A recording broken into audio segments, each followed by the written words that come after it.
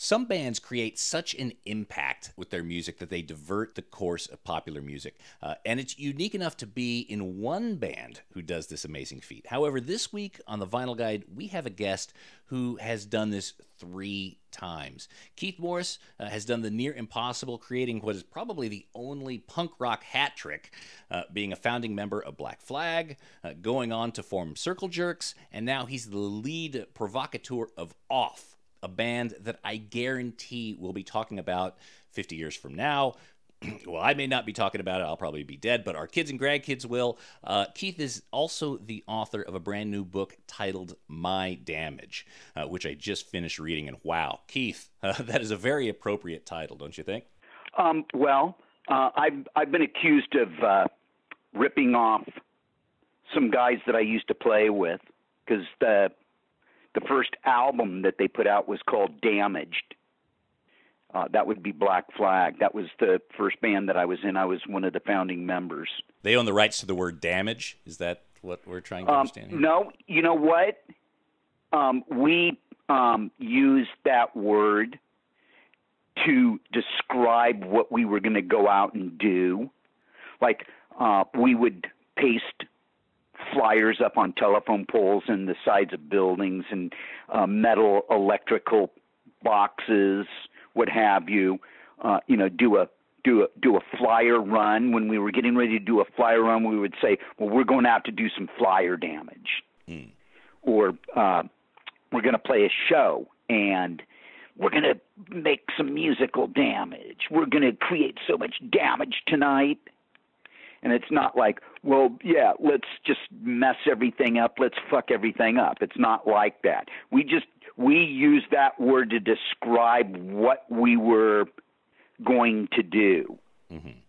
As crazy as that sounds. But My Damage, because there's also, Black Flag had a song called My War, and maybe it's a combo of the two. I didn't choose the name of my book, just like I didn't choose the guy that I co-wrote the book with. When you sign a deal with a publisher, a lot of times they're making decisions, because a lot of times that's what they do. They sell books, so they're allowed to make these kind of decisions. I'm the kind of guy that normally beats my fist against the wall and says, well, why didn't I get to choose my co-writer? Why didn't I get to choose the name of my book? Maybe because I've got so much stuff going on and these people know what they're doing.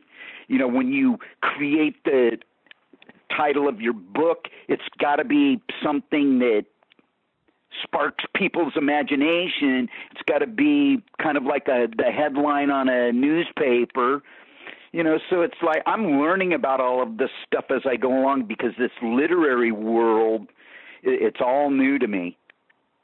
And I like to take a ride in the passenger seat and take a look around.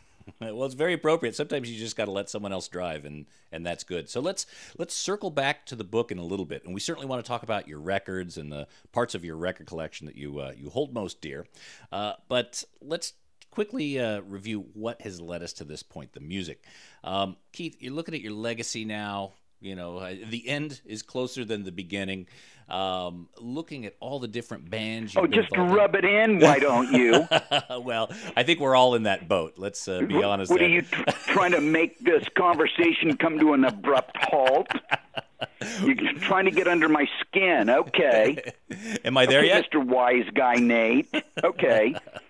So when you look back at your damage, when you look back at your legacy that you have, what do you think when you start to consider, you start to look back, or do you look back at all? I look back, but not for very long. We have been accused, when I say we, some of the people that I've been associated with creating a musical genre.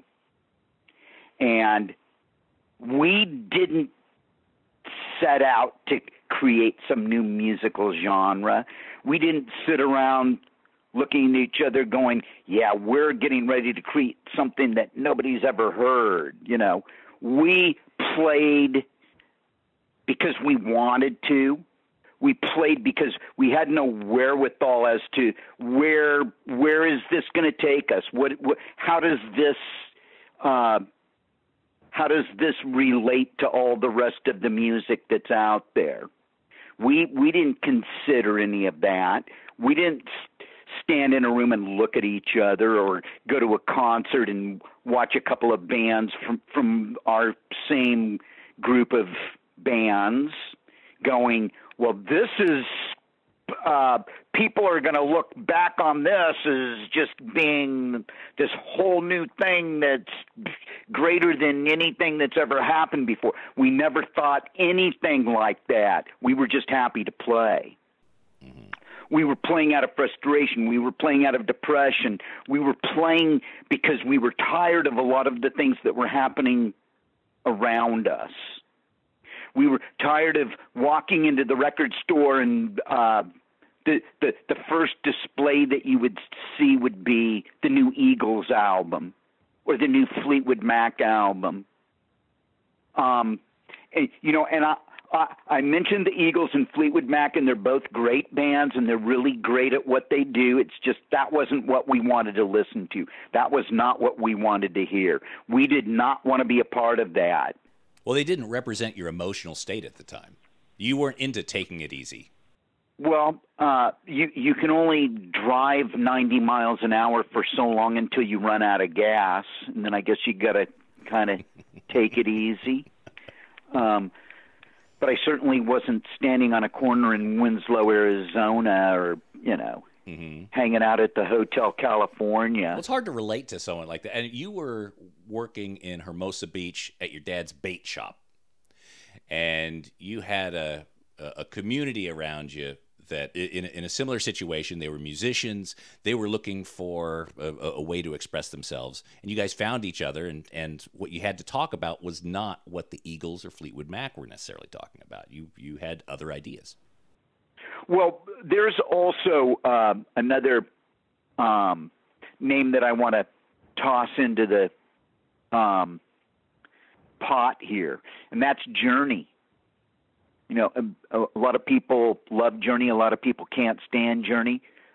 We experienced a Journey concert at a small place called the Santa Monica Civic, like a couple of thousand people. Of course, we went because Thin Lizzy was playing before Journey, but we were going to go because it was $5 to go. And it was kind of the bridge to the foundation of Black Flag. Greg Ginn and I we attended the concert with a guy named Michael Piper, who owned the record store where we all went to hang out and buy records. And Michael was this freak because he was the one that was playing the Eagles and Fleetwood Mac and Joni Mitchell and Linda Ronstadt. He would occasionally play something that resembled something a bit harder, like the first Heart album. But he also went through a period where it was just all about Bruce Springsteen, like the first Bruce Springsteen albums, the first three. But we decided to go see this Journey concert, and a big part of that had to do with the fact that Thin Lizzy was playing, and it was Thin Lizzy's first U.S. tour, and we wanted to see the band perform "The Boys Are Back in Town" and the Cowboy Song and the Rocker. But that would be where the seeds of Black Flag were planted. We would eventually, maybe later on in the night, when I say we, I mean Greg Ginn and I, we would look at each other and go, wow, this is interesting. Maybe we should try doing something like this. And then Greg would eventually tell me that he had a handful of songs. Let's get in a room and see what happens. So what was it from that Journey and Thin Lizzy show that you and Greg saw that said, we identify with that. Let's get a little serious about our plan? Well, what it did was it cemented our friendship. It was like a big part of our friendship, coming to the realization that we liked a lot of the same music, and so we started hanging out. And even though he was a Deadhead, I'd already been through my Grateful Dead period just due to the fact that I had hippies that lived on the block where I grew up in Hermosa, and they had the VW van, and they had the Boda bag with the wine, with the elephant tranquilizer, and my friend said, "Hey, let's go to see the Grateful Dead at the Hollywood Palladium." And this was I was very fortunate. If you're a Grateful Dead fan, all these Deadheads will have their certain periods where, well, this is their best period and this is their best album. And I feel that I'm fortunate enough to have seen them twice, 2 times in a row, when they had put out American Beauty and Working Man's Dead, which, if I'm going to listen to the Grateful Dead, those are the albums that I listen to. But I don't find myself listening to the Grateful Dead that often. I mean, maybe back then I did, because the people that I hung out with, that was part of their musical vocabulary. That was part of their musical diet. How did you get from that Journey and Thin Lizzy concert to, you had the conversation with Greg, you see the potential. How do you get from there to having the songs and starting to have the formations of a real band? Well, we didn't really become a real band until Chuck Dukowski joined as our bass player. And Chuck Dukowski was our 4th bass player. In the period of 3 years, we went through 4 bass players. We went through 3 bass players to get to Chuck. We had 2 drummers. But the thing was is we didn't have the wherewithal to go out and go to the club owner and say, "Hey, can we be the opening band on Monday night? You've got 4 bands in here. Can we be the 5th band and open at 8:30 on a Monday night?" We didn't have the wherewithal to do that.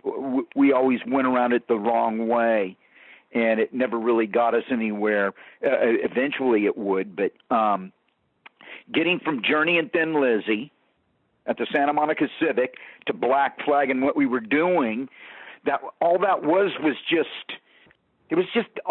just a starting point. Like, we looked at each other and said, we like this. We're starting to have this commonality amongst the music that we like. That plays a big role in starting a band. There were never any rules. There was never any map. There was never any guiding light, or anybody pointing a finger or telling us what we had to do to get from point A to point B. It was the blind leading the blind. It was a very DIY ethic. It was your basic do-it-yourself. Our first rehearsals, if you really want to call them rehearsals, just a couple of guys sitting around in a living room with an amp and a couple of speakers that not only Greg played his guitar through, but I plugged my mic into. So he and I were doing whatever we were doing through one amp. And that's pretty basic. I don't think it gets any more basic than that, unless, say, it's an acoustic guitar and a guy singing without a PA. I would eventually find somebody selling a PA, and I would eventually turn around and give the PA to Greg because I owed him money, and Greg would eventually turn around and use the PA to play guitar through. And we now know that a guy down in Mar Vista in a band called The Shrine owns my PA. The original PA is still there. Yeah. The Smithsonian will be calling for that. Yeah. See, normally you see a lot of these bands where everything is just planned out for them. Like there's a manager before there's even a drummer. Okay. And then there's a lawyer. And between the lawyer and the manager, they go to the record company and they get the big record deal. And now the band's, one of these boy band. Manufactured. Yeah. Yes. That's a great word. They're out there and they're doing it and they're selling tons of records and all the girls are just quivering with excitement and anticipation and wet between the legs and all of that fun stuff. And that's manufactured too. We had none of that. It was so when are we getting together to just work on these songs? And then he'd present, he'd write some lyrics and he'd give me the piece of paper and it was up to me to find the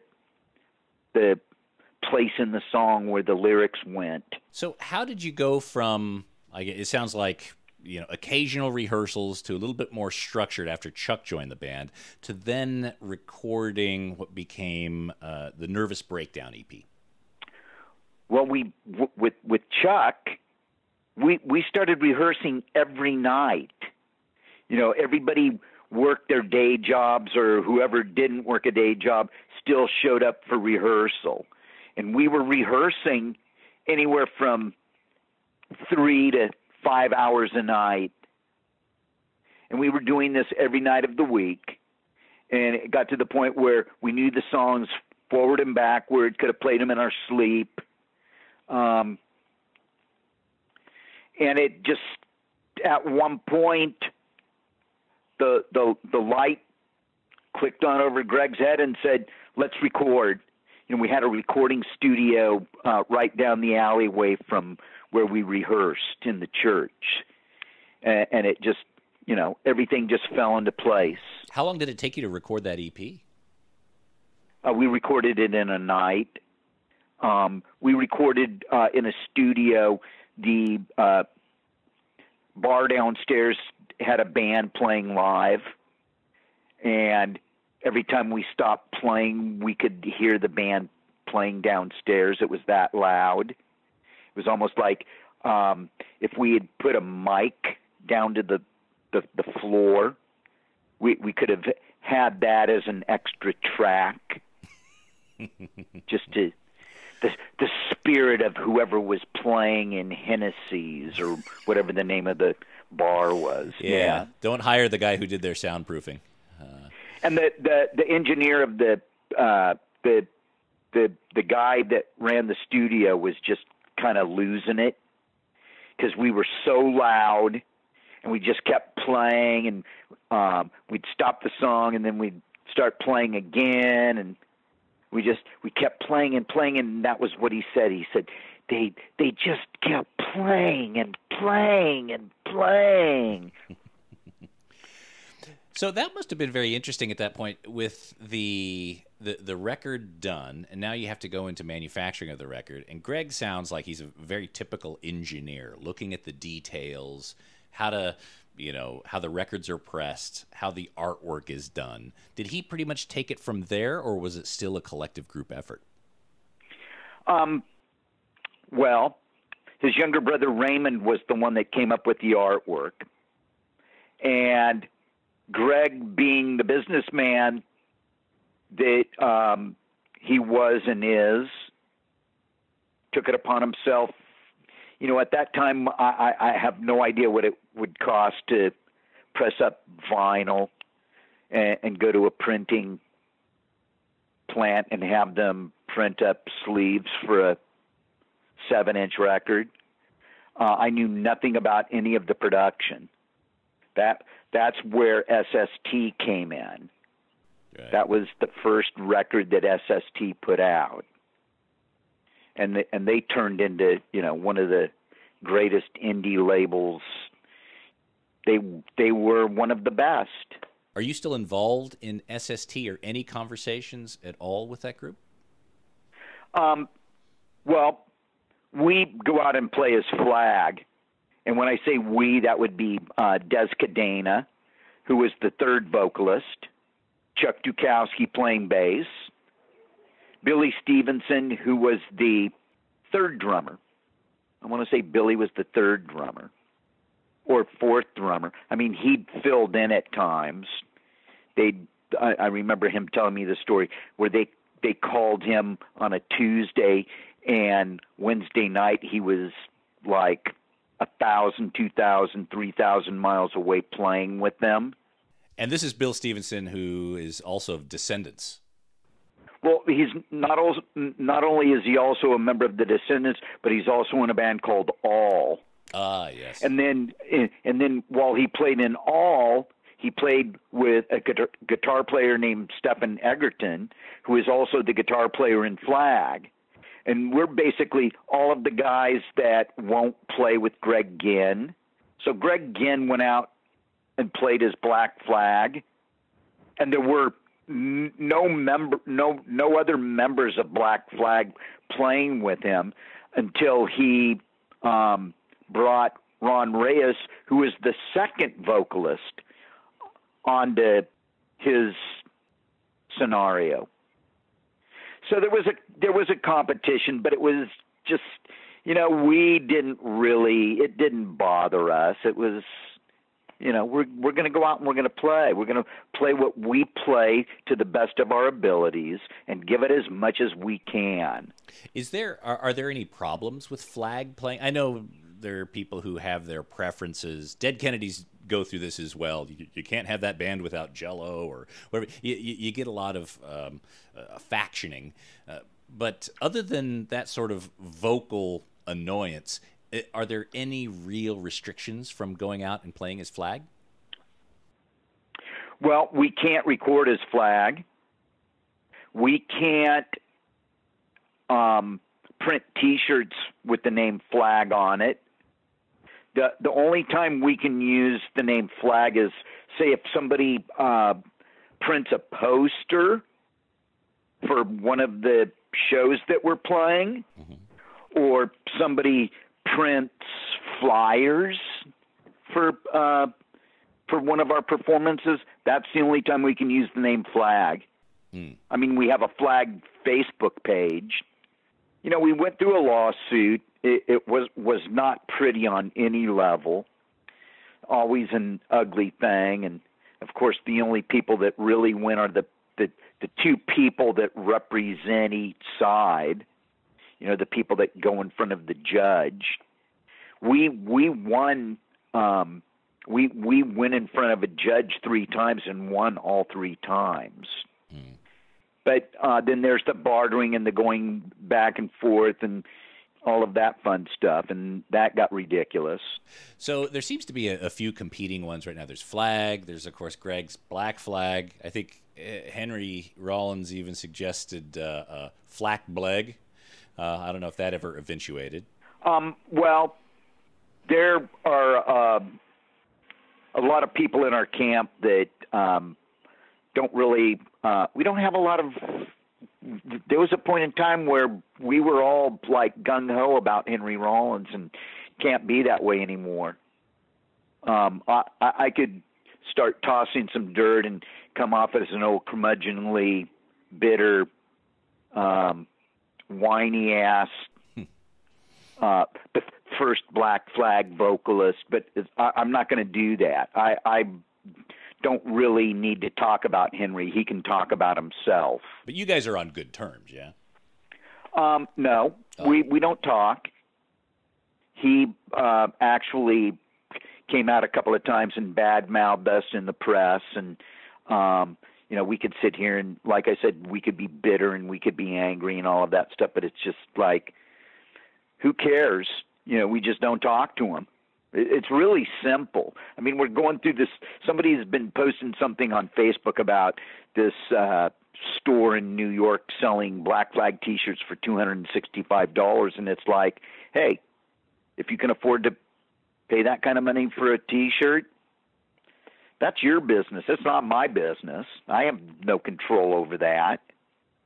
I'm a recovering alcoholic and a cocaine addict. I talk about that in the book. And one of the things that you learn when you're going through your self-cleansing process, when you're trying to grab a hold of the light and you're trying to sort out your spirituality, you're trying to get your stuff together, is that there are certain things that go on out there that you have absolutely no control over, so why get worked up over it? Let it go. You know, and that would be the scene in the movie where the guy throws both of his hands up towards the air, like, take me away, or it is what it is, or, you know what, not today. Not concerned, because we got too many bigger issues to deal with and be concerned about. I don't care if somebody can afford $265 for a T-shirt. They're arresting indigenous people in North Dakota who are just peacefully protesting. That's not cool. That's more important. What about the brown water up in Flint, Michigan? You know, what's being done about that? You want to get angry, there's something to get angry about. Well, that's part of my fuel. That's what keeps me going. People say, Keith, you're so angry, you're going to have a heart attack, your brain's going to blow up. And it's like, I'm a diabetic. I know how I'm going to end up dying. I am going to end up dying by having a heart attack or having a massive stroke. And that's life. I understand that and realize that. I'm just going to go out and have fun and do whatever I can and do all of the fun things before I go, you know? So in the book, and again, I highly recommend the book. I started reading it, and I ended up not being able to put it down for about 2 days, just tearing right through it. There's a lot of great stories and very, very well written as well. On the podcast today, we won't go too deep into the time with the circle jerks, but I'll let the readers, you know, go into that. But there seemed to be an anger, and today we talked a little bit about anger. Back then, you were lighting dumpsters on fire, rolling them down Sunset Boulevard, real destructive tendencies. Where do you think that came from? Well, for one thing, a lot of that was alcohol-induced. You know, you start getting drunk and you start getting goofy and you start doing things that you wouldn't normally do. So consequently, we set Christmas trees on fire in the middle of Sunset Boulevard, a block away from a police station. We roll a flaming dumpster down a hill, hoping that it crashes into the West Hollywood Sheriff Station. How about just being pissed off at what's going on in the world? How about being bummed out about political situations and what our government, the choices that our government is making for us, the people that are supposed to be representing us not stepping up and doing what they're supposed to do. Back then, just like it is right now, I watched about 5 minutes of the debate last night. That's about all I can watch. I don't like either of them. They're both really evil. You have the choice between a pile of shit and a pile of chocolate-covered shit. So now you're in a much better place. You've been off drugs and alcohol for nearly 30 years, is it? 1988. Mm-hmm. Sometime in 88. In doing this book, did you find you had to go back and, after you recalled all these stories, did you go back and talk to people who were there? Did you do any apologies? What was the aftermath of writing the book? The situation with the program that I work is that I've pretty much apologized to all of the people that I've needed to apologize to. Sometimes you don't make apologies. Sometimes you just show up and you do the work and you put as much of yourself into the work. You say, I'm here, and I make no apologies. Now, of course, there are people that you apologize to. There were 2 people that I had to reach out to and actually get their permission to use their story in the book. We had a big powwow with the woman that the woman at the law firm that represents the book company, and there are like 6 or 7 of us on this conference call, and she goes down a list of all of her red flags, like you can't say this about this person because we don't want to get sued. Mm-hmm. If we don't get sued, then you don't get sued. If you don't get sued, the person that prints the book doesn't get sued. The person that supplied the ink to print the book doesn't get sued. The guy that took the photo for the front cover that was turned into a Raymond Pettibone drawing / painting doesn't get sued. Nobody gets sued. You know, in some of these suits, it becomes so ridiculous. They go to the people that pressed up the paper. It's a shakedown. Yeah, all from the very top to the very bottom. Let's just go after everybody. Perfect case of that. I will cite Bobby, who was the drummer in Bad Religion for a while. He was, I think, on 2 or 3 albums. At the end of the show, normally the guitar players throw their picks out into the crowd, and the drummer will throw his sticks out into the crowd. And the lucky fan gets to take home a souvenir. And so the guy reaches up and grabs one of the drumsticks as it's flying through the air. The second one gets past him and hits the girl behind him in the eye. And she ends up suing the sound man and the guy that helped move the equipment in, and the bus driver, and the guy that pumped gas into the bus's tank, and the woman that was at the truck stop that sold them Twinkies and coffee, and it just keeps going on and on and on. It was like everybody she would have sued everybody in the crowd if she could have. That's how ridiculous it gets. This is the lawyer. The cash register starts going off in the lawyer's head, and it's like we're going after everybody: the promoter, the stage manager, the people that were working for the stage manager, all of the people that work with the promoter, just on and on and on and on and on and on and on. That's the reason that the promoter and the venue now have to carry like $1 million worth of insurance. So now Off is formed. With Off, you return back to the ethos of the early days, starting with EPs, quick releases, short, sharp songs. What was that decision like when you were forming Off? It wasn't really a decision. It was the mentality, and we knew what had to happen because we were actually working on a new Circle Jerks record, and the other guys, and when I say the other guys, that would be the 3 other guys in the band, weren't jiving. Mm-hmm. Everybody had their own agenda.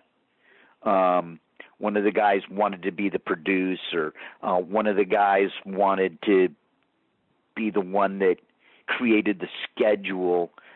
One of the guys who's the songwriter wanted his songs to be on the record, and you're dealing with like 3 older guys.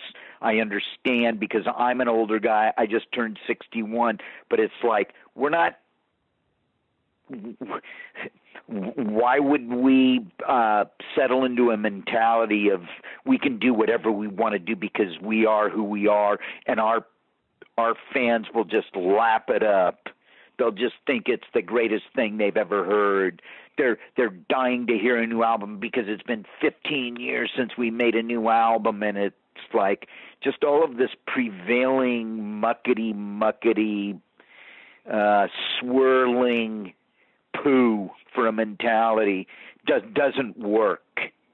I'm going to cite an example being world-famous producer Rick Rubin telling AC/DC, you're a great band, but you can't just continue doing what you're doing. You've got to like go back to what's your biggest selling album, like 20 albums back. Back in Black.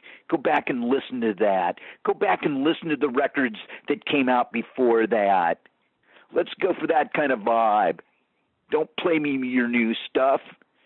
You know, play me stuff with that kind of a vibe. Write stuff with that kind of a vibe. He did the same thing to Metallica, and Metallica went and did a European tour where all they played was Ride the Lightning, or you know, Kill 'Em All and Sort 'Em Out, or what have you. Mm-hmm. You know, and it was the mentality with the guy that I was working with, which would be Dimitri Coates. Our mentality was, and his mentality was, you're not just making a record. I'm not going to be a part of some mediocre, middle of the road, pedestrian, nice sounding punk rock album. He did his homework. The records that he studied were Group Sex and Wild in the Streets,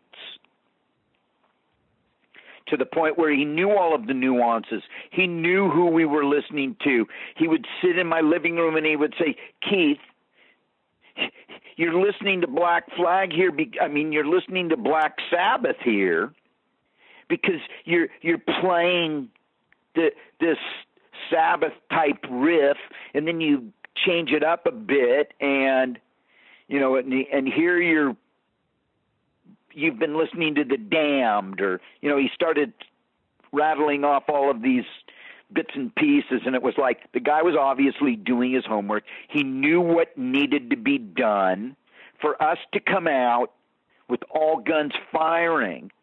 No, the cobwebs were definitely cleared off, to the point it was a bit of a revisit, even with Raymond Pettibone doing the artwork as well. Well, how did that conversation go with getting Raymond involved? Well, Raymond, it really wasn't much of a conversation because Raymond and I are friends. So what's the process of getting an album cover from Raymond? Does he just say, here's 3 ideas, grab one, or do you say? We went down. We were going to go to of all things, we were going to go to a flyer exhibit down in Hermosa Beach. A lot of history there. Mm-hmm. There's a thread going on here. Raymond and his girlfriend Aida get in the van, and I said, Raymond, this is our new record.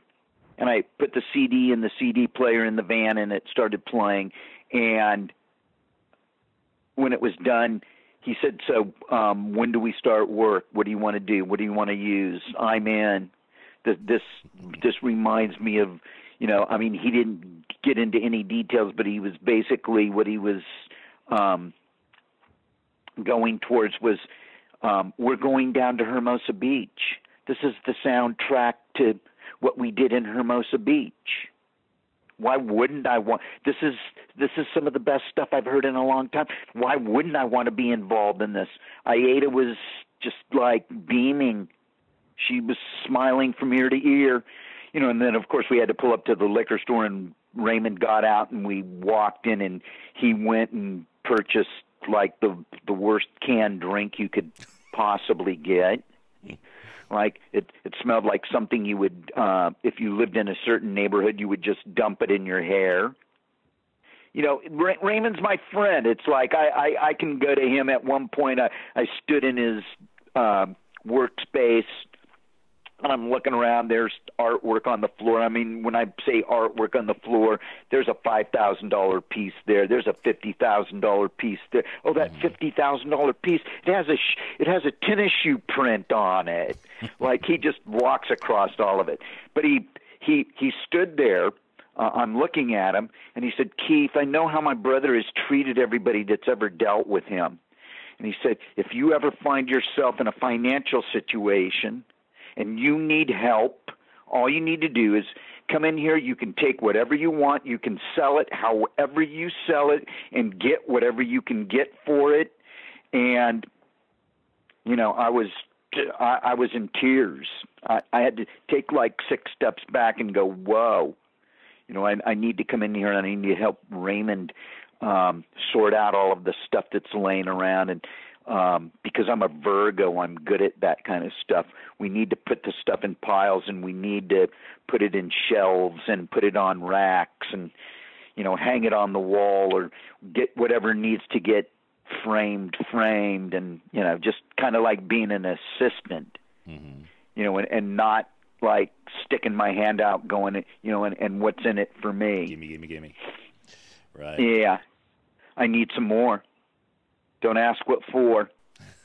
Well, it's great you guys have continued that friendship, because his art was such a integral part of those early releases and the identification of that Los Angeles punk, and seeing it continue with Off is really just it really is charming.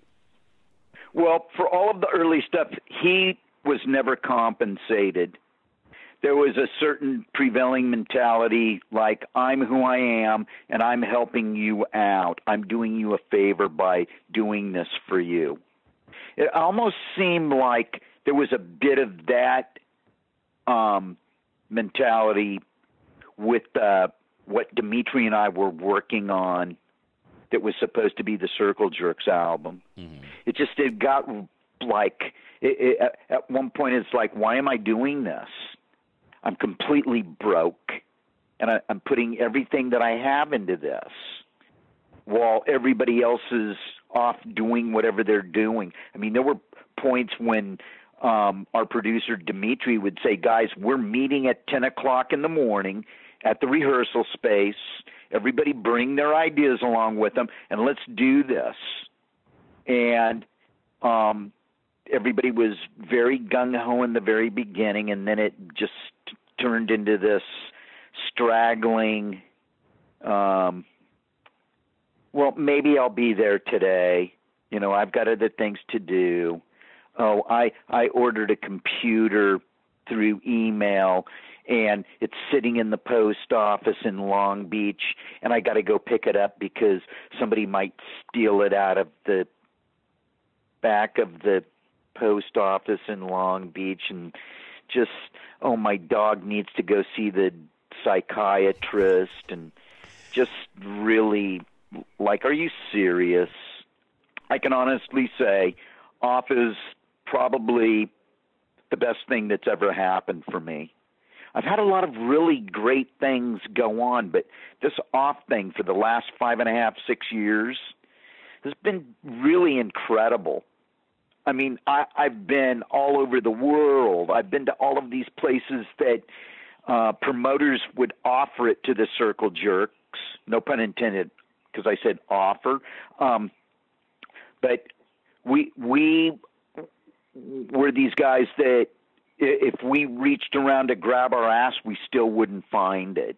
Well, from the book, it sounds like there was a high level of disorganization and non-commitment, where Off is this machine.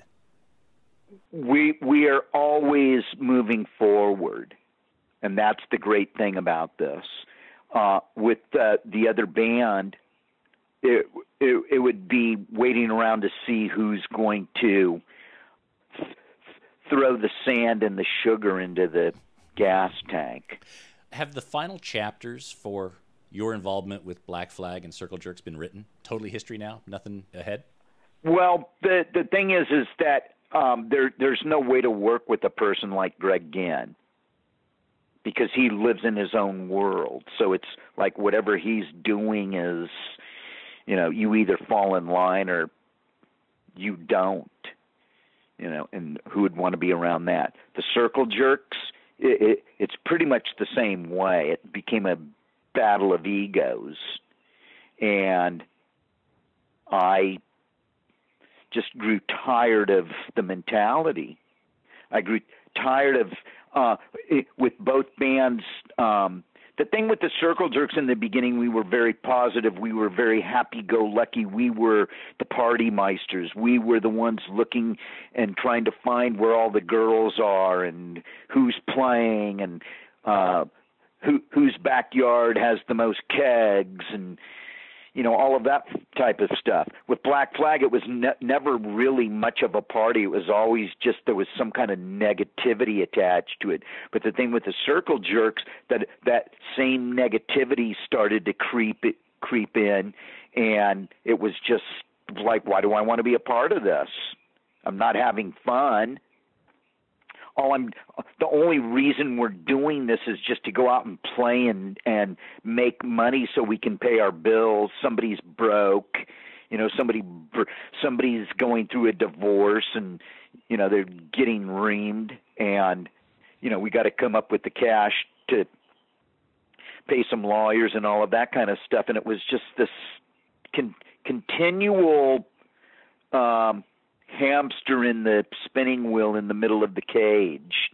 So, Keith, really appreciate you sharing these stories and the history of the bands you've been in. And I want to remind folks, before we talk about records, I want to remind folks to go out and get a copy of My Damage. That's Keith's new book. You can, of course, pick it up on Amazon, but try to pick it up from a record shop or an independent store somewhere. I'll put a whole list of places that you could buy that aren't Amazon on the Vinyl Guide website, and you guys can support some of those local shops if you can't find one at your favorite record store. But for now, let's talk about records. And Keith, I believe you have quite a stash of records at your house. Can you share kind of what sort of shape they're in? Well, I try to buy the best condition records, and who wants to pay a lot of money for a record that's damaged?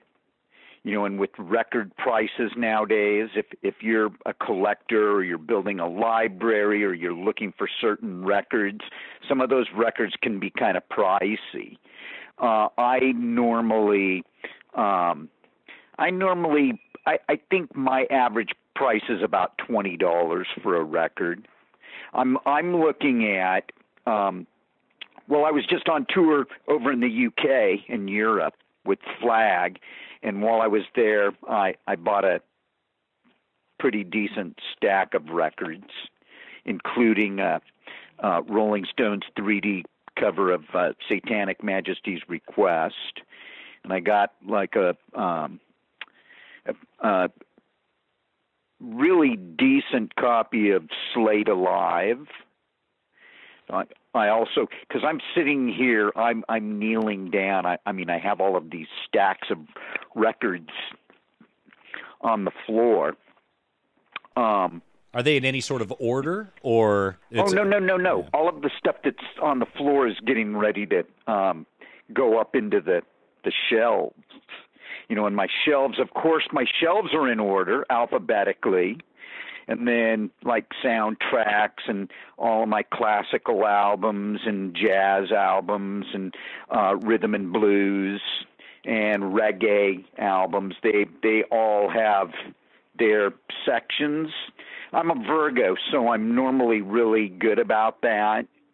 Keep everything in neat piles and all of that fun stuff. I actually got to do some record shopping today. We're in the process of starting to work on the next Off record, and we got to get together. This is going to be one where we've got to allow ourselves enough time to just take our time and write the best music we can write. And in doing so, we also had to purchase some guitar stuff. Our guitar player has all of these wild guitar ideas, so we ended up having to buy like pedals that Jimi Hendrix would have used when he was doing his thing. And we're talking about people like Brian Eno and the Beatles and all sorts of fun stuff. So our next record, we're going to try to be as ambitious as possible. I'm nearing the end of my musical thing, like getting in the van and going out and playing. So I would like to. I've been very fortunate with my new band. I've been able to go out to all of these places that I wasn't able to go out with the other bands that I was a part of. So I've been really fortunate in that. Also, earning a decent living. And because I'm a recovering alcoholic and cocaine addict, and I'm not spending money on any of that kind of stuff, I've got money to, reward myself with some vinyl here and there. Mm-hmm. And so today, I found a couple of mono copies of some Beatles albums, Help, a Hawkwind gated album cover, like the first Beatles album, Amon Duel, Captain Beefheart, Verbena, Concrete Blonde. See, now I'm kneeling right now, and I'm just flipping through these records that I'm going to have to listen to that I just bought. So, Graveyard, who is this Swedish heavy band, Earthless, which is Mario, who plays drums in Off, and Rocket from the Crypts, instrumental band.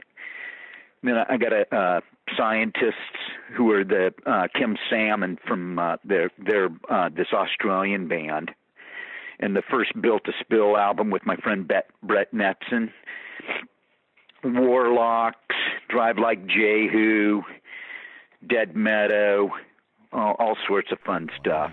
Wait, what is your local record shop? My local record shop. The nearest record store just closed. They're getting ready to move, and they're going to do this thing where they're just open on Saturday and Sunday. They're not going to try to do the full 7 days. But the record store I was in today is called Permanent Records, and that record store. We were in there for about an hour, and I only got to the D's. Normally you go into a record store like this and you're there for a minimum 2 hours. And we didn't have that kind of time because we had stuff that we were working on. When I say we, I mean Dimitri, our guitar player, and Stephen McDonald, who is our bass player. And we work out of the studio over on San Fernando Road. It's actually quite convenient. It's not that far to go, and then just a little bit further up the road, there's plenty of food and record stores and music supply places. So when you go to a record shop, do you go with something in mind, or are you just kind of a blank slate, open to whatever the racks will deliver you?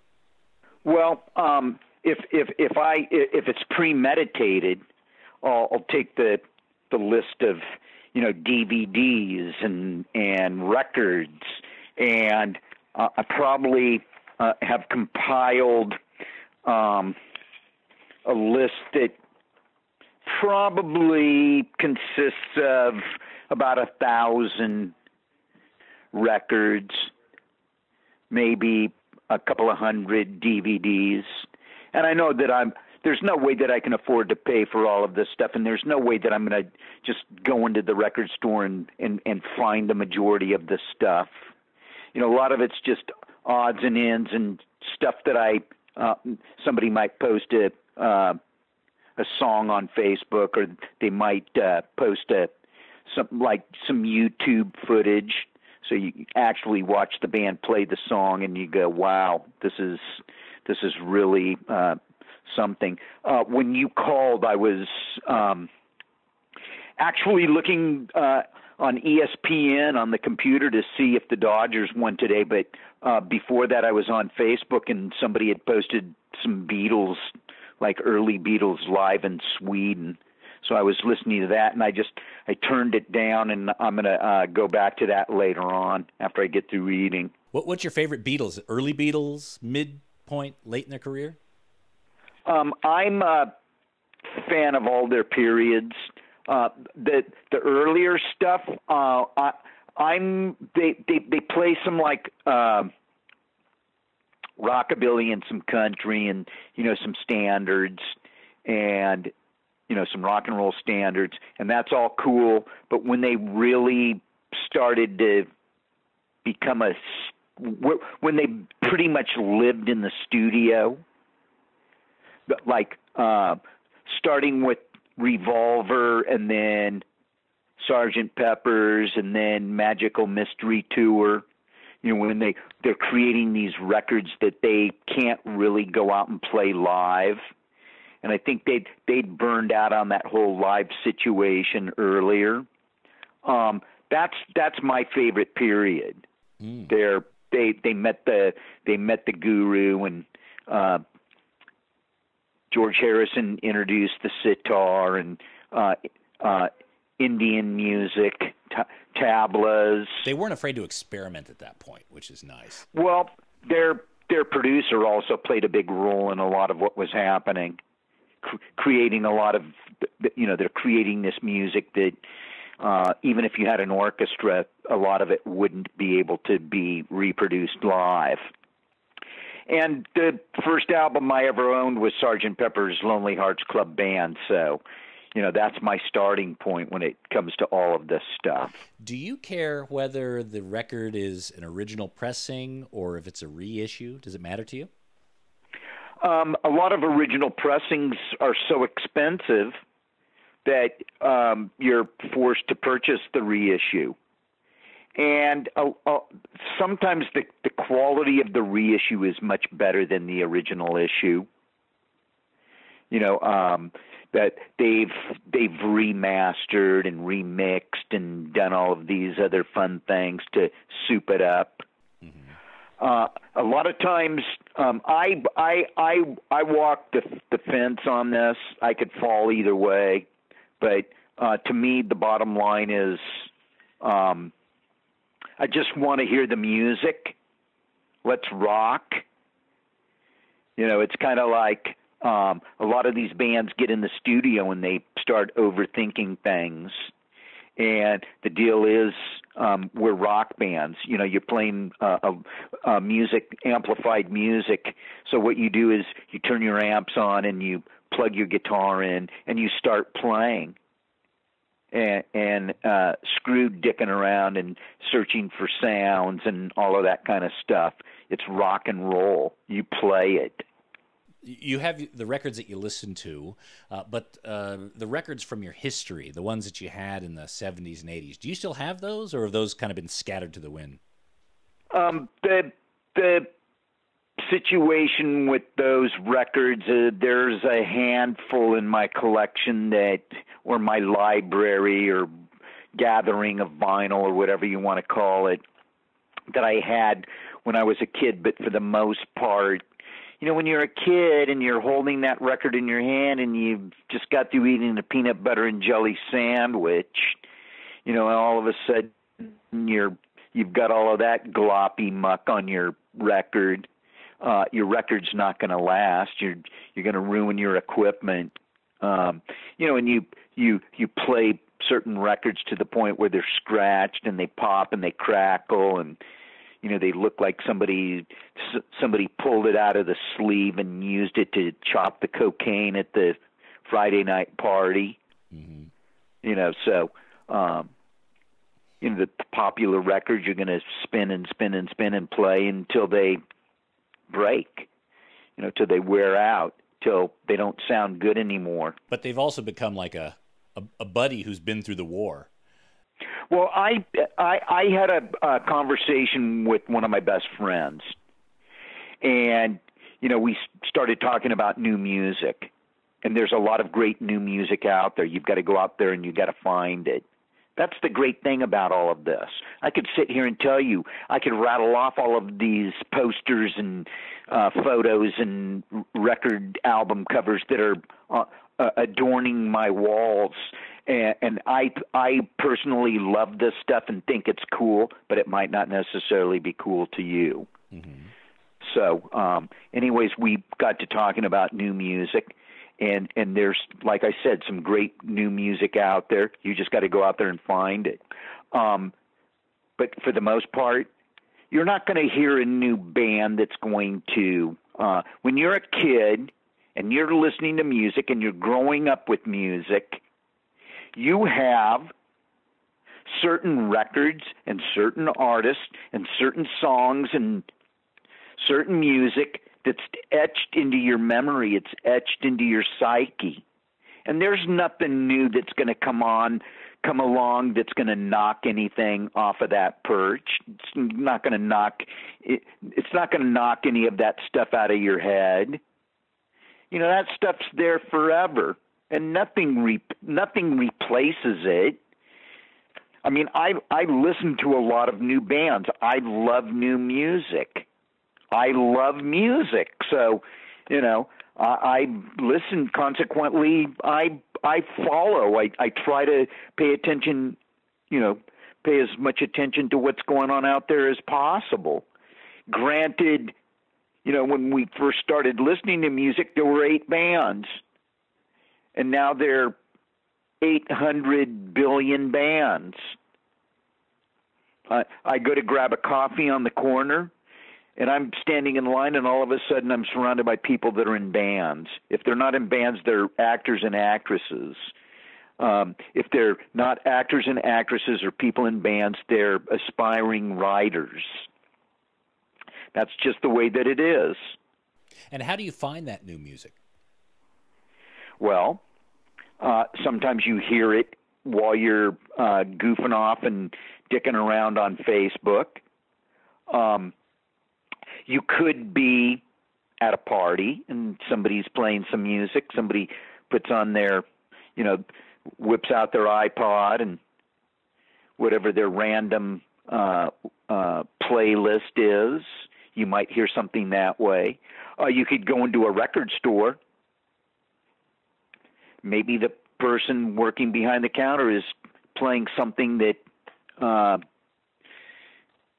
sticks an ice pick in your eye. So you just absorb it at any point during the day. You're open. Or you could read about it. Mm-hmm. Or you could have a friend. You know, peer pressure. You're not cool unless you listen to Black Sabbath and Jethro Tull. You're not cool unless you listen to the Grateful Dead and Free. Heck, you're not even cool if you don't listen to Simon and Garfunkel and Elton John. That's kind of what happened to me while I was growing up. So consequently, some of that stuff stuck with me and some of that stuff just slid right off. And over time, revisiting that music, have you been able to push some of the stuff out? Well, here's a prime example. I grew up at the beach. I grew up in the South Bay. Part of the South Bay is Hawthorne, California. One of the most famous bands in the world came from Hawthorne, California. They're called the Beach Boys. Growing up, that was the last thing I wanted to hear. Do not play the Beach Boys. I cannot stand the Beach Boys. I love the Beach Boys. Maybe they're an acquired taste.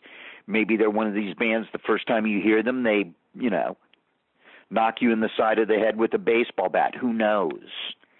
But the reason I love the Beach Boys is I've seen live footage of them actually singing those songs and playing those songs, those vocals.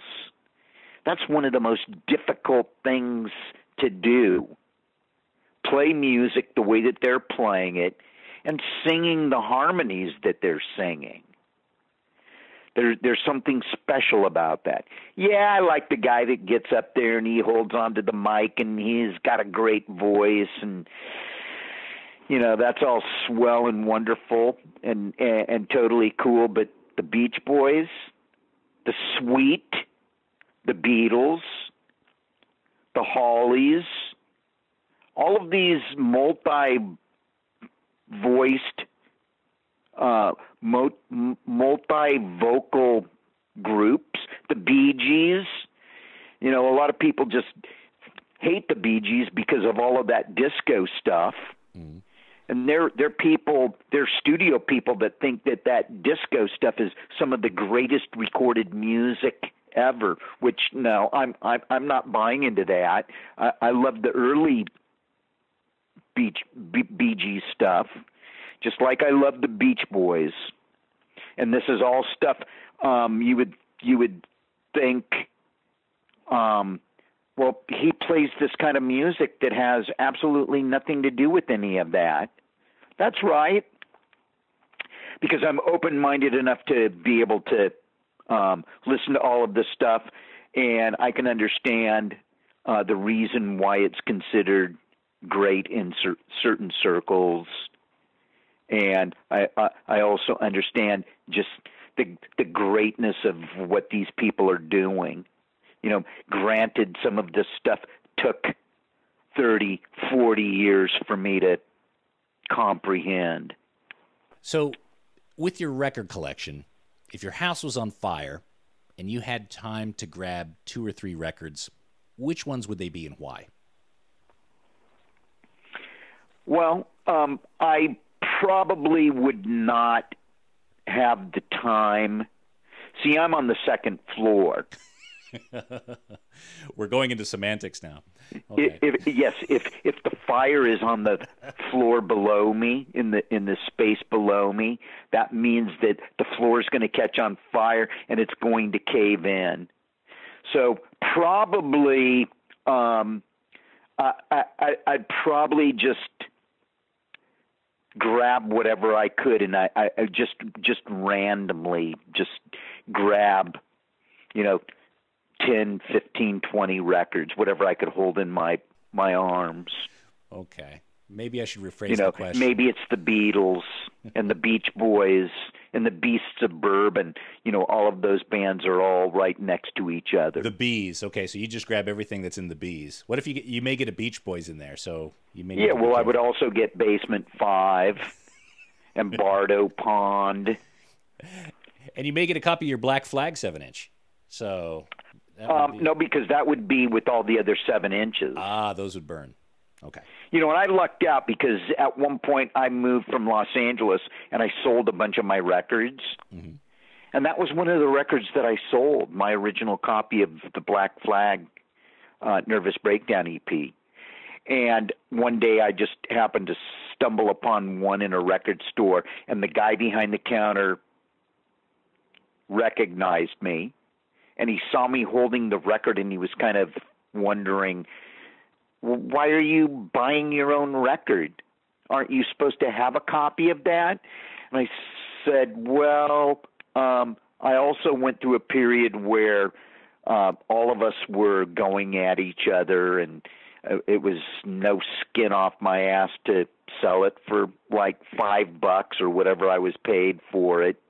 And I could still kick myself over doing that. He said, look, I'll sell you a record I'll sell you a $500 record for $25. And I didn't even have to say yes. It was down on the counter immediately. And the money was flying out of my pocket. Yeah, okay. That is a fantastic story. That's a great confirmation that that humanity can be awesome. Yes, there's some good people out there. Mm-hmm. We need more good people out there. We need to better ourselves, and also we have to have an understanding that the world's a really lousy, shitty place. It's really ugly. It's really unfair. And it's not getting better. The only way it's going to get better is if you make it better. Your world starts with you.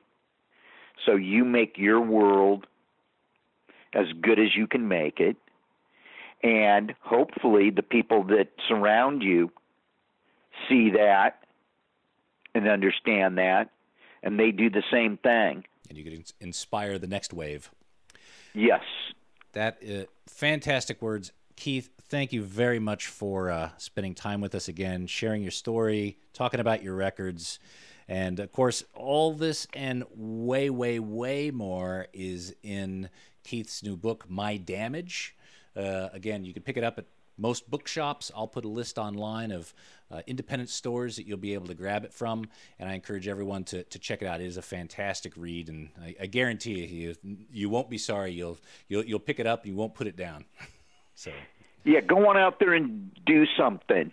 Go out there and support your local businesses.